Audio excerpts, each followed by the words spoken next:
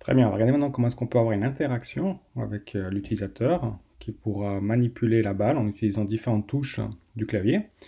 Donc la première chose, c'est qu'on va parcourir tous les événements qui sont observés par Pgame. Pour ça, on va faire une boucle qui va parcourir la, la liste des événements observés par Pgame. Donc ça, on les obtient en faisant pgame.event.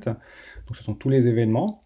Et pour les événements, on a une méthode qui s'appelle gate qui nous obtient une liste de tous les événements obtenus. Et donc on peut les parcourir un à un et étudier dans chaque situation qu'est-ce qui va se passer. Il faut bien comprendre que cette recherche va être faite à chaque fois qu'on va refaire la boucle while, donc toutes les 50 millisecondes. Ensuite, on va regarder pour event quel type d'événement est-ce qu'on a. Donc le premier qu'on regarde tout le temps, c'est si c'est du type je veux quitter, c'est-à-dire que j'ai arrêté le programme ou j'ai fait une option quitter dans mon programme. Dans ce cas-là, on va faire pygame.quit qui va fermer bien toutes les applications, tous les processus de Pygame et on rajoute aussi le module 6 qui permet de quitter et de sortir proprement complètement de notre programme. Donc ça, c'est ce qu'on fait toujours en premier. Tous les événements quit nous permettent de quitter proprement tout le programme. Ensuite, il y a un deuxième type d'événement qu'on va regarder, c'est si l'événement est de la forme j'ai pressé une touche. Donc pour savoir si j'ai pressé une touche, le type est pygame keydown.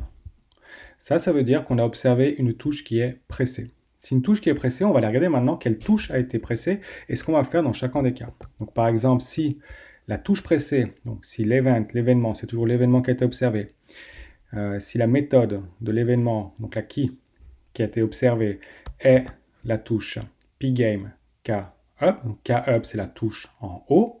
Donc les touches commencent toujours par k underscore et ici une des lettres, si c'est le clavier, ou up, down, right, left, si c'est une touche des flèches.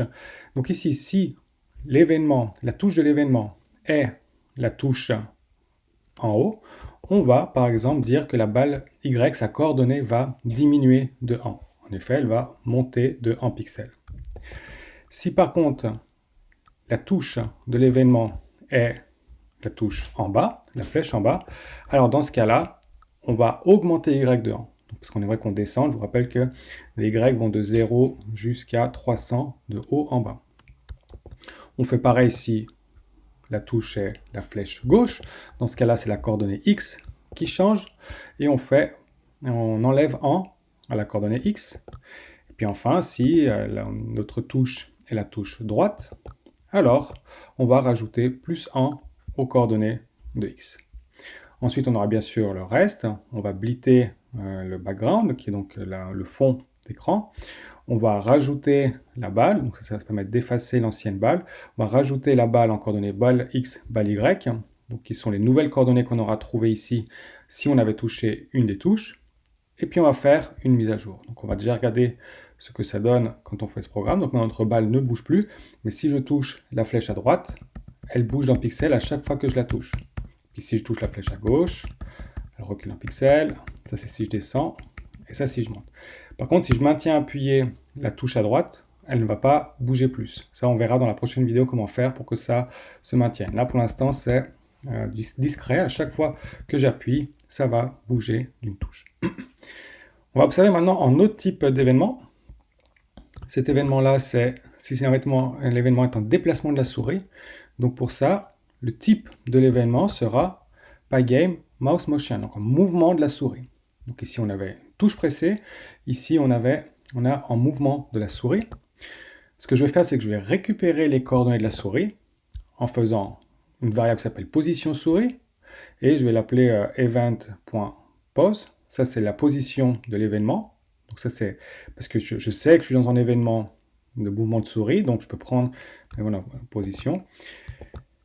Et je vais attribuer à les coordonnées de balle X et balle Y.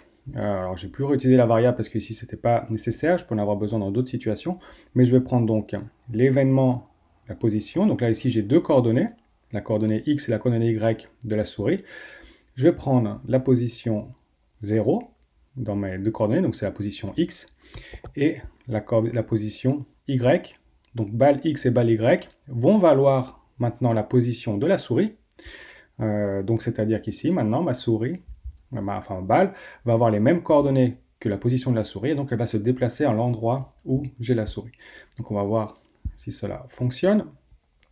J'ai ma balle. Maintenant, quand je bouge ma souris, à chaque étape, eh ben, j'ai les coordonnées de la souris qui sont récupérées, qui sont attribuées aux coordonnées de la balle, et donc par rafraîchissement toutes les 10 millisecondes, on a fait un rafraîchissement toutes les 10 millisecondes, on aura la balle qui sera réécrite à l'endroit où j'ai la souris. Okay, donc c'est ce que j'ai ici. Donc voilà, c'est ça pour les premiers événements. On va essayer de voir un petit peu plus en détail ce qu'on peut faire dans la prochaine vidéo, par exemple, pour avoir un mouvement continu et qu'on n'ait pas besoin d'appuyer plusieurs fois sur les flèches pour qu'il y ait le déplacement. Et que dès qu'on relâche, ça s'arrête de se déplacer.